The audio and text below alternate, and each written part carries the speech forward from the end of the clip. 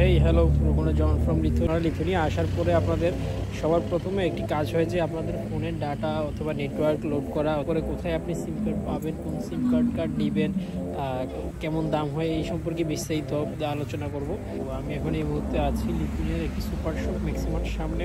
So চলুন ভিতরে যাই এবং সিম কার্ডটা আসলে কোথায় পাবেন, কী রকম দাম পড়বে, কী সুবিধা অসুবিধা সেটা নিয়ে কথা বলি।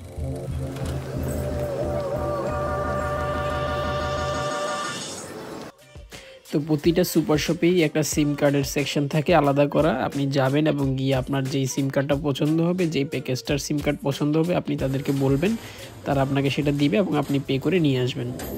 সো এতগুলা সিম কার্ডের মধ্যে আপনি মূলত কোন সিম কার্ডটা কিনবেন? আমার যতটুকু আমি দেখেছি এখানে বেশিরভাগ ইন্টারন্যাশনাল স্টুডেন্টগুলো এবং যারা ফরেনার আছে তাদের মধ্যে বহুল ব্যবহৃত দুইটা সিম কার্ড হচ্ছে একটা বিল্ডিং, যেটার প্রাইস আপনার 4 থেকে 6 ইউরোর মধ্যে পড়ে এবং মান্থলি ওয়াইজ আপনি আপনার প্যাকেজগুলো আপনি আপডেটেড করতে পারবেন।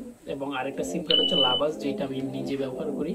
এইটা আপনি যে কোনো সুপার শপে 8 থেকে 10 ইউরোর মধ্যে পেয়ে যাবেন এবং এইটার বেনিফিটেড হচ্ছে আপনি প্রতি মাসে unlimited megabyte plus 200 local minute and 200 SMS পাওয়া যায়। আর প্রতি মাসে আপনি যখন এই প্যাকেজ চেঞ্জ করবেন তখন আপনি 7.50 ইউরো আপনি টপ আপ করার পরে আপনি সেম প্যাকেজটা পেয়ে যাবেন। তো আমার কাছে এইটাই সবচেয়ে সুবিধাজনক মনে হয়। যে কোনো জায়গায় আমি ভালো নেটওয়ার্ক সার্ভিস পাই, যেহেতু যদি আমরা কাজে বের হই অথবা অন্য কোথাও বিভিন্ন কাজে যেখানেই যাওয়া লাগে, সো ভালো একটা নেট কানেকশন প্রয়োজন হয় এবং আনলিমিটেড মেগাবাইট পাওয়ার সুবিধার্থে আমি আসলে এই সিমটাই ব্যবহার করি লাভার। এখন কথা হচ্ছে আপনি সিম কিনতে গেলেন, সিম কিনলেন, এখন সিম কিনতে কি লাগবে?